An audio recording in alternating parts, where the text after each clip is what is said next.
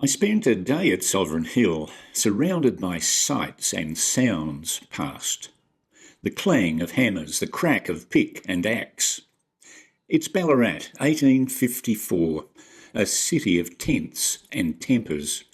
The gold that once gleamed in every creek bed now lies deeper, hidden beneath the earth.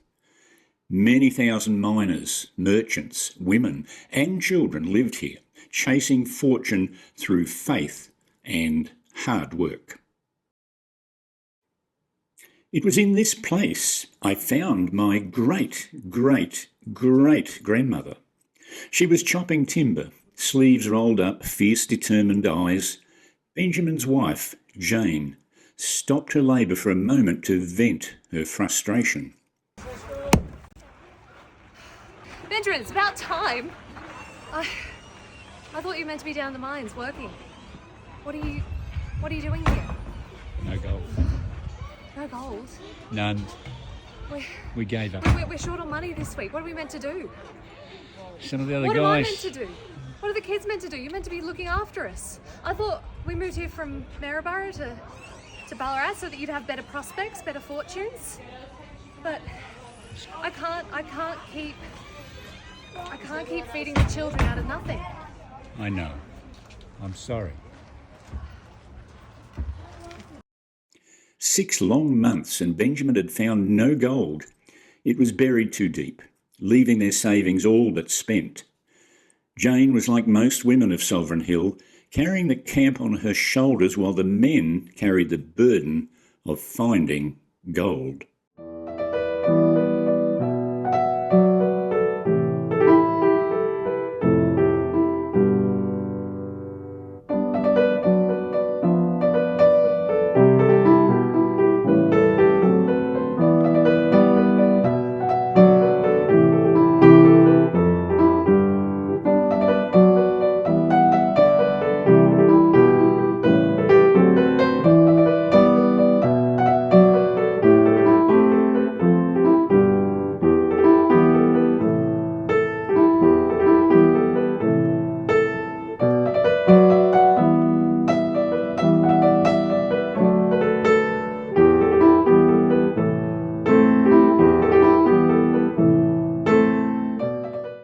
Across town, the owner of the Ballarat Times showed the townsfolk her new printing press, the machine that turned rebellion into ink.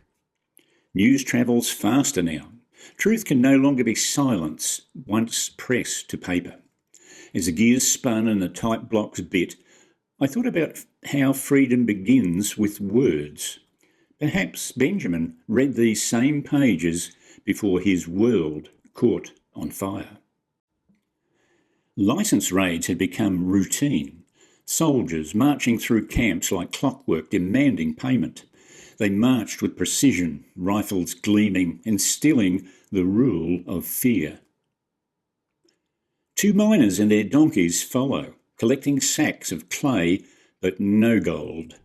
For every celebrated success story, there was 100 silent disappointments. The lucky are rewarded with tea and scones at the Goldfield Cafe. A willing waitress is ready to serve steaming hot tea, hoping for a tip to help feed her family. That'll be a penny.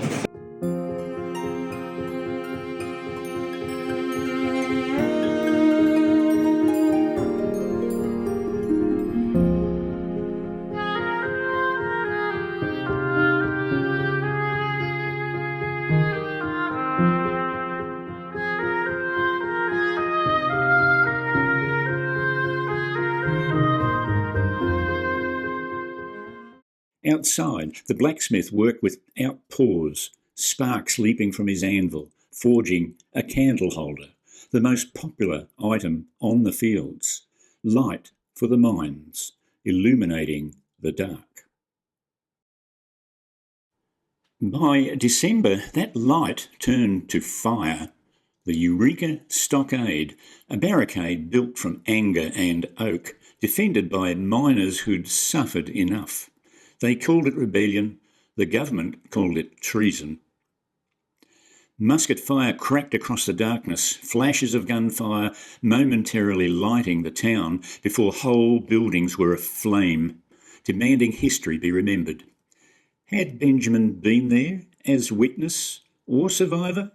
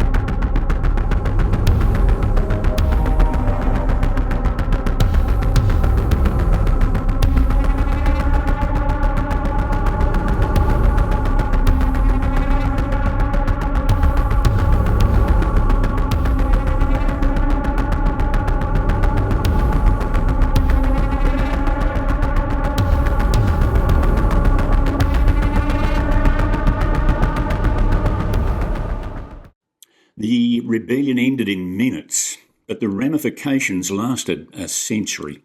The miners won no gold that day, but they won something greater, a voice. Justice would follow in time, bringing change. Walking through Sovereign Hill now, it's easy to forget how fragile those victories were. I watch children pass, their teacher guiding them to school. Perhaps that's the true legacy of Ballarat. Not the gold, not the guns, but the belief that fairness can be taught. On leaving Ballarat, it struck me that Benjamin's story, his struggle, his disappearance, wasn't an ending. It was part of a larger reckoning when ordinary people chose courage over comfort. Very, very sad to hear about Benjamin, and I do hope you find him. I hope that nothing unforeseen has happened to him, and that would be terrible, and that he would have his gold still, and that he hasn't been robbed of it. Every generation has its Eureka, the point where endurance turns to defiance and silence breaks into song. In the dark, the candle holder I bought from the blacksmith flickered on my desk, small, fragile and defiant, allowing me just enough light to write by.